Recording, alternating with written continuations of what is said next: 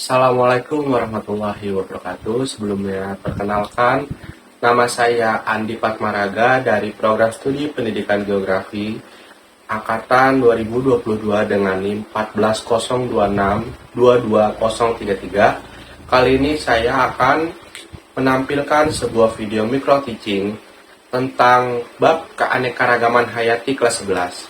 Saya akan membawakan video ini dengan pembelajaran pada sintaks 1. Silahkan menikmati video yang saya buat. Terima kasih.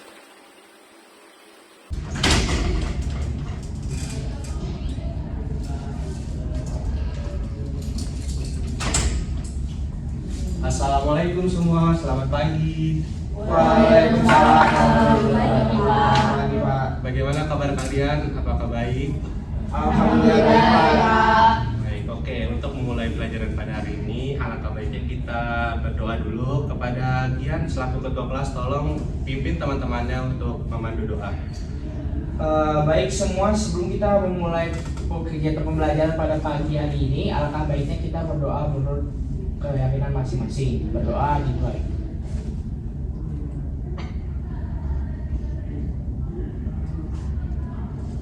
Berdoa selesai. Alhamdulillah, semoga kalian semuanya baik-baik saja dan selalu dalam lindungan Allah Subhanahu wa taala. Baik, untuk memulai pengajaran pada hari ini kita akan mempelajari tentang materi keanekaragaman hayati. Di sini apakah ada yang tahu apakah keanekaragaman hayati itu? Coba. Baik, aja nih.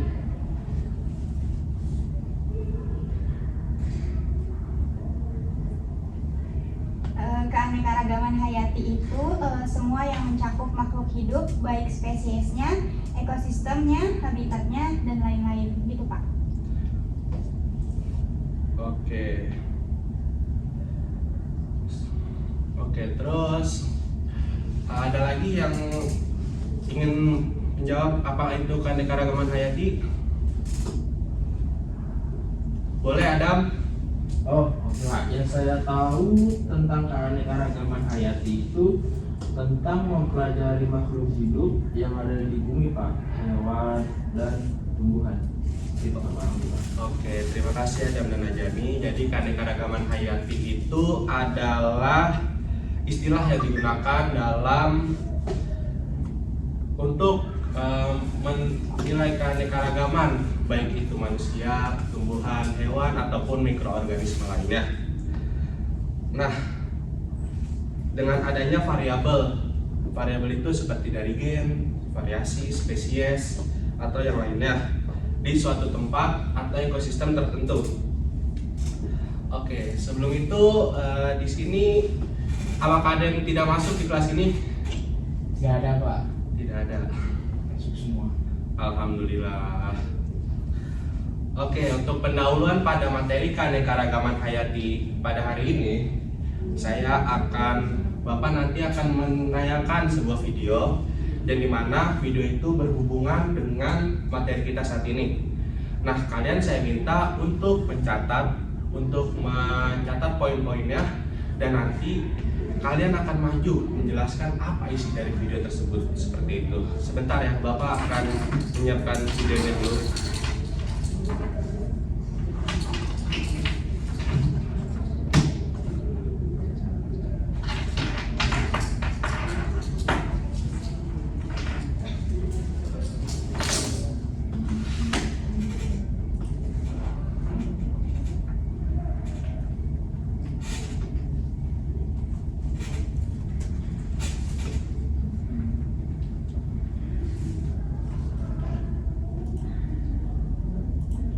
Ekosistem di alam akan tetap. Nah, di video ini video ini judulnya adalah Wajah Suram Keanekaragaman Hayati Indonesia di Masa Depan. Sebentar dulu. Oke, sudah terlihat ya? Baik, silakan kalian simak video ini dan nanti saya akan tunjuk orang untuk maju ke depan.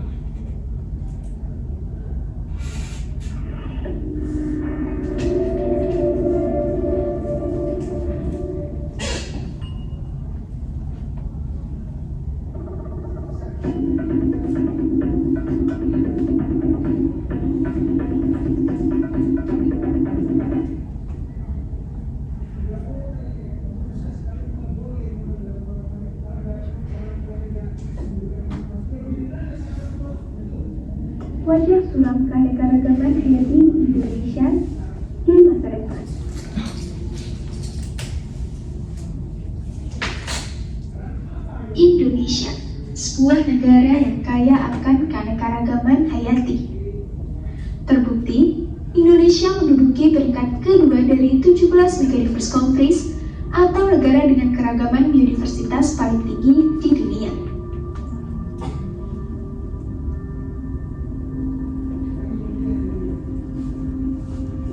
Indonesia menyumbang keanekaragaman spesies darat tertinggi di dunia. Lembaga Ilmu Pengetahuan Indonesia atau LIPI mencatat, Indonesia memiliki 10% spesies tumbuhan dunia. Keanekaragaman faunanya juga tak kalah banyak. Dalam hal jumlah spesies mamalia, Indonesia menempati peringkat pertama di dunia dengan jumlah 260 spesies. Untuk spesies burung dan reptil, Indonesia berada di peringkat keempat dengan jumlah 1.711 dan 755 spesies, serta peringkat ke-9 di dunia untuk kategori amfibi dengan jumlah 365 spesies.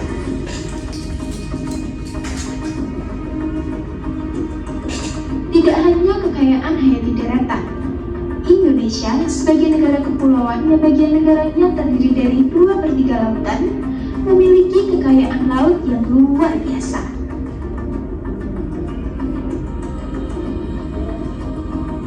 Semenanjung Kepala Burung Papua yang merupakan bagian dari wilayah Coral Triangle memiliki keragaman karang tertinggi.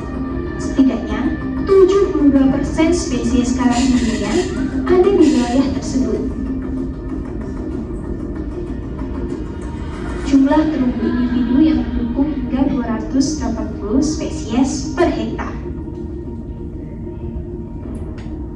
Kepulauan Raja Ampat adalah pusat keanekaragaman karang dunia dengan jumlah 553 spesies. Bersamaan dengan kekayaan karang itulah, Indonesia juga menjadi rumah bagi 4.782 spesies ikan.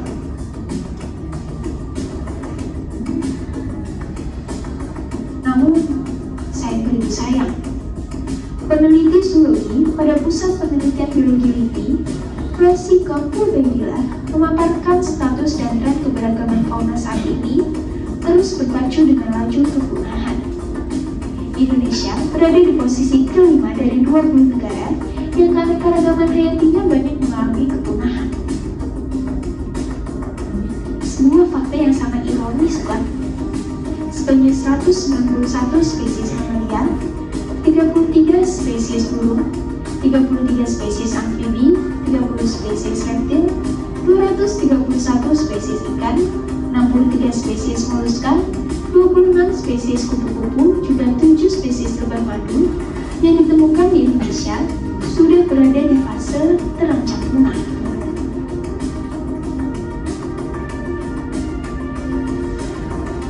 Apa penyebabnya? Tentu saja karena deforestasi atau pembukaan kawasan hutan dan kerusakan habitat. Kondisi itu diperparah dengan tingginya angka perburuan serta berdagangnya satwa liar. Menurut data Kementerian Lingkungan Hidup dan Kehutanan, sepanjang tahun 2015 hingga 2019, tercatat ada 663 kasus kejahatan lingkungan, yang mana 260 kasus diantaranya adalah kasus kejahatan tumbuhan dan satwa liar.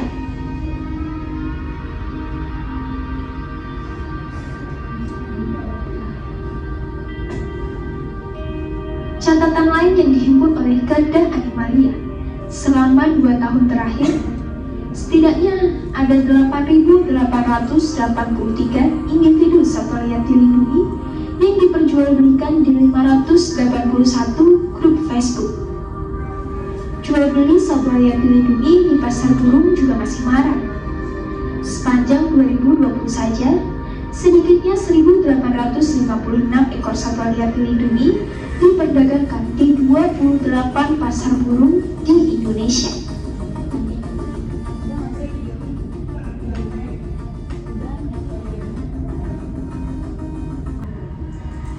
Oke, jadi cukup sampai situ videonya.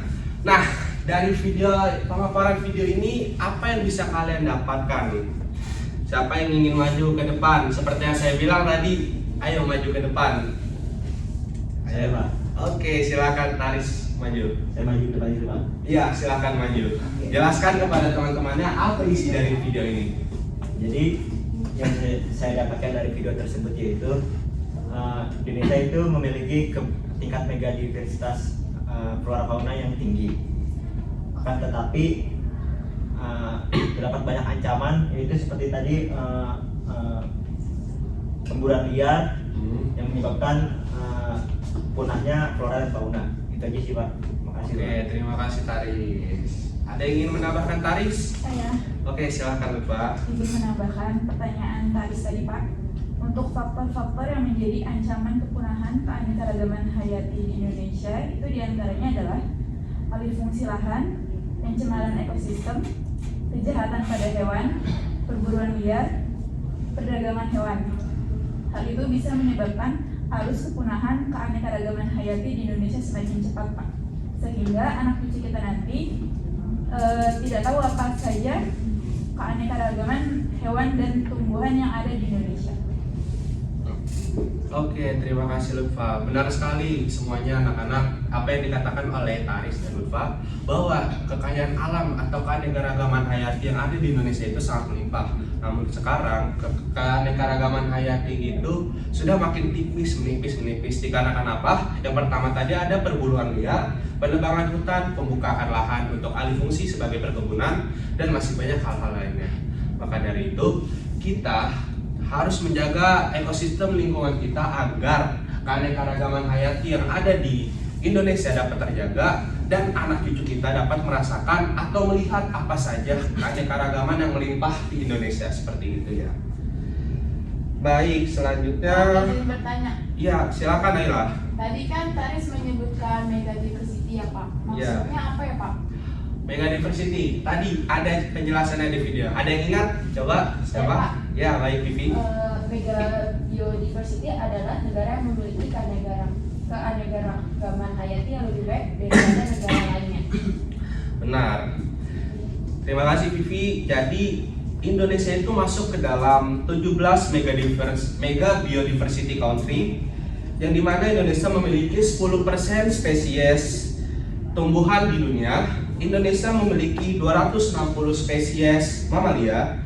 Indonesia memiliki 1.117 spesies burung, 755 spesies reptil, 365 spesies amfibi, dan Indonesia memiliki 72 spesies terumbu karang yang ada di dunia.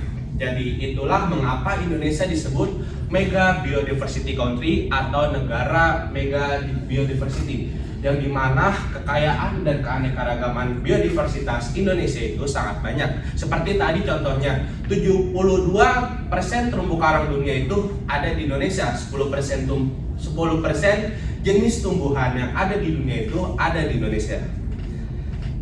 Baiklah. Berarti itu banyak banget ya Pak kekayaan keanekaragaman hayati di Indonesia. Oh iya, benar sekali Dian. Karena banyak itu maka Indonesia disebut dengan mega biodiversity country. Baiklah anak-anak, sekarang saya minta kalian untuk berdiskusi dengan teman sebelahnya mengenai konsep keterkaitan geografi terhadap kasus kepunahan hewan yang ada di Indonesia. Nah, setelah itu Bapak akan menunjuk 2 orang perwakilan dari kalian untuk maju menjelaskan ke depan. Silahkan kalian boleh berdiskusi dengan teman di sebelahnya.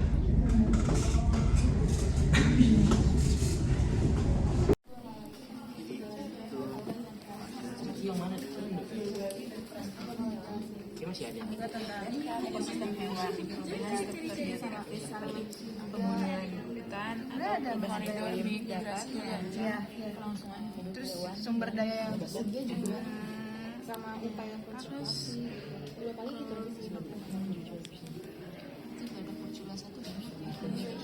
itu termasuk sumber daya yang ada di Indonesia.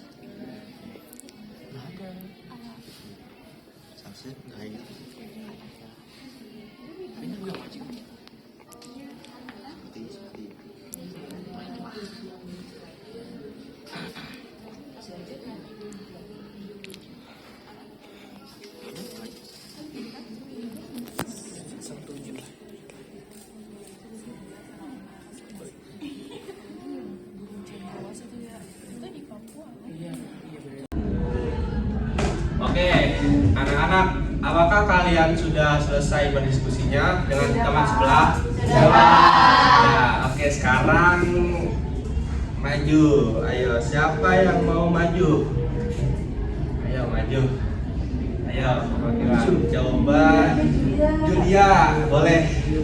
Maju ke depan atau di sini, Pak? Maju di depan saja. Jelas, ya.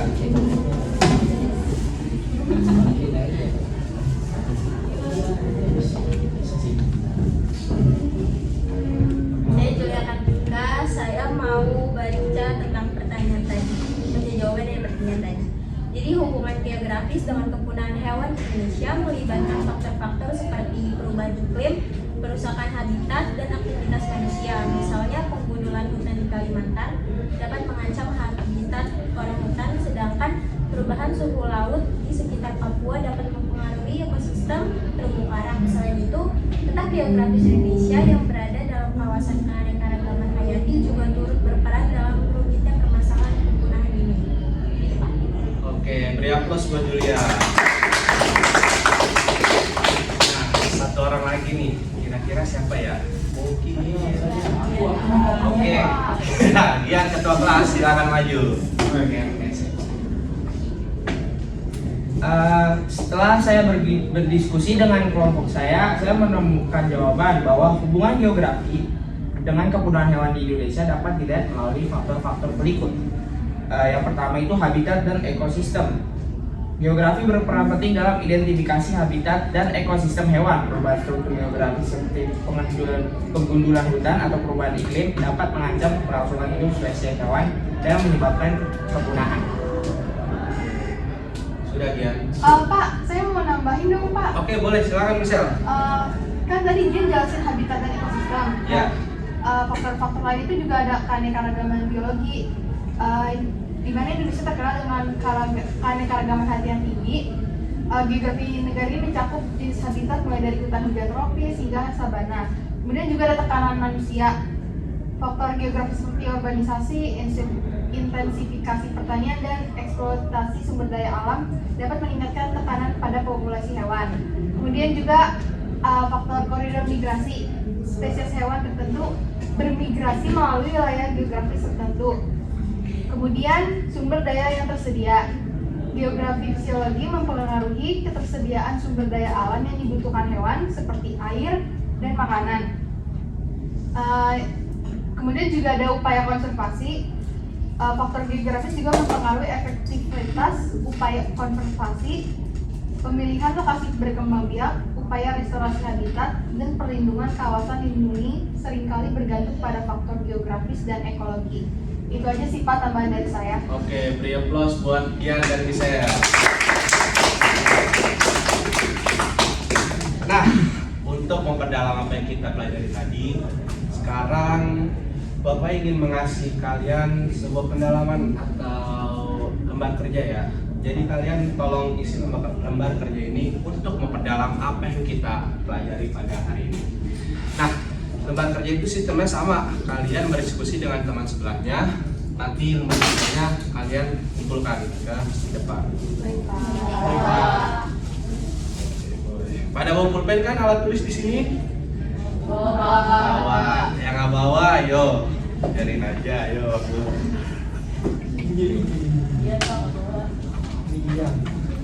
Yang nggak bawa minjam sama temannya ya. Oke, silakan kalian berdiskusi dan isi LK tersebut ya. Bapak kasih kalian waktu selama 15 menit dari sekarang. Oke, silakan isi.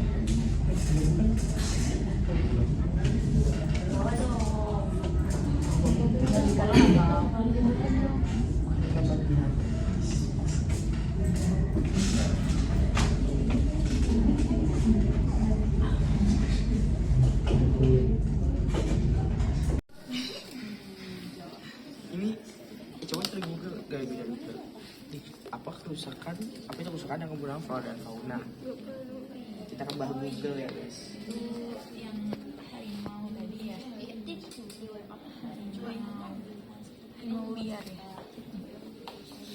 Harimau liar, terus ada penggundulan dan keputan.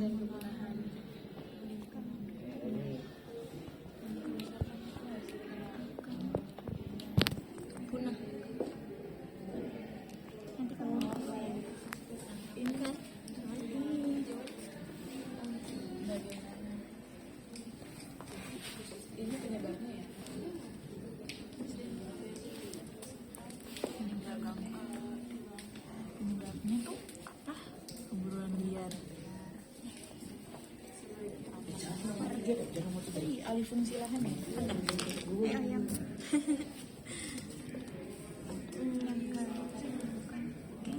Baik anak-anak, waktu 15 menit sudah cukup.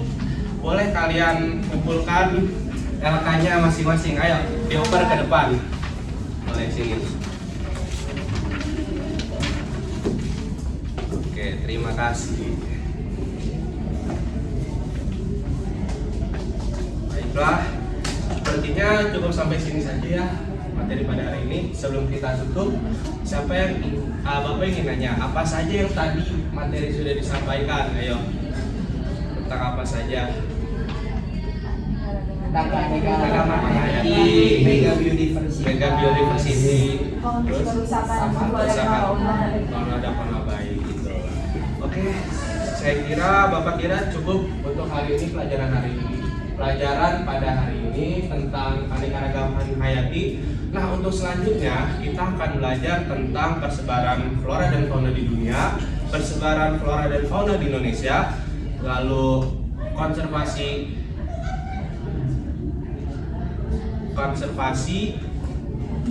kerusakan lingkungan, habis itu yang terakhir. Oke, itu saja pokoknya. Besok kita akan mempelajari itu. Baiklah, cukup sekian dari Bapak. Sebelum terakhir saya tutup, ada yang ingin bertanya lagi tidak? Saya cukup. Saya cukupkan hari ini.